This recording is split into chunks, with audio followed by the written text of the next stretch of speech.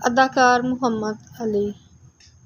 اداکار محمد علی 19 اپریل 1938 کو رامپور بھارت میں پیدا ہوئے۔ قیام پاکستان کے بعد وہ اپنے خاندان کے ساتھ ملتان منتقل ہو گئے۔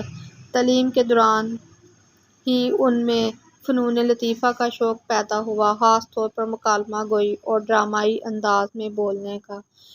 ان کی گہری اور مضبوط آواز ان کی سب سے بڑی پہچان بن گئی۔ شروع میں انہوں نے ریڈیو پاکستان ملتان میں بطور نیوز ریڈر کام کیا، جہاں ان کی آواز نے سب کو متاثر کیا۔ بعد ازاں وہ لاہور منتقل ہوئے اور ریڈیو کے ڈراموں میں بھی حصہ لینے لگے۔ یہی وہ زمانہ تھا جب ان کا رجحان فلموں کی طرف بڑھا۔ محمد علی نے 1962 میں فلم چراغ جلتا رہا سے اپنی فلمی زندگی کا آغاز کیا۔ اس فلم میں اداکارہ زیبا نے بھی پہلی مرتبہ کام کیا۔ یہی وہ فلم تھی جس نے بعد میں دونوں کی زندگیوں کو ہمیشہ کے لیے ایک دوسرے سے جوڑ دیا۔ ابتدا میں محمد علی کو ولن کے کردار ملے، مگر ان کی مکالمہ گوئی اور اداکاری نے انہیں ہیرو کی صف میں لا کھڑا کیا۔ فلم خود اور محبت، آنسو بن گئے موتی، محبت، زینت، دوراہا اور بیتاب جیسی فلموں نے ان کو سپر ہٹ اسٹار بنا دیا۔ اداکار محمد علی کی اداکاری میں جذبات، وقار اور گہرائی نمایاں تھی۔ ان کے مکالمے سننا ایک فن تھا۔ وہ ایک کردار میں اس طرح ڈوب جاتے کہ ناظرین حقیقت اور اداکاری کے درمیان فرق بھول جاتے۔ ان کے مشہور مکالموں میں سے ایک فلم آنسو بن گئے موتی میں ان کا جملہ بہت مقبول ہوا: محبت انسان کو جیتا بھی ہے اور مارتا بھی ہے۔ ان کی آواز کو پاکستان کی فلمی تاریخ میں سب سے طاقتور اور مؤثر کردہ آواز کہا جاتا ہے۔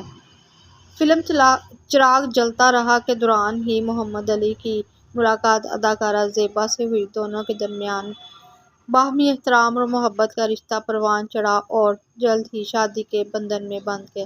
محمد علی اور زیبا کی جوڑی فلمی دنیا کی سب سے خوبصورت اور کامیاب جوڑیوں میں سے شمار کی جاتی ہے۔ دونوں نے تقریباً 70 سے زائد فلموں میں ایک ساتھ کام کیا، جن میں سے کئی سپر ہٹ فلمیں ثابت ہوئیں۔ محمد علی کے کیریئر میں 250 سے زائد فلمیں شامل ہیں۔ ان کی چند مشہور اور یادگار فلمیں درج ذیل ہیں: چراغ جلتا رہا، خرمن،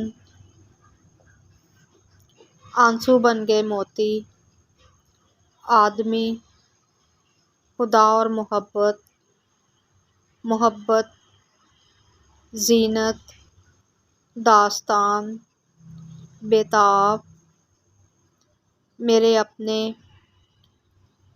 ہر فلم میں ان کا انداز نرالا اور کردار مضبوط تھا۔ محمد علی نے صرف ایک بڑے فنکار نہ تھے بلکہ ایک خیرخواہ انسان بھی تھے۔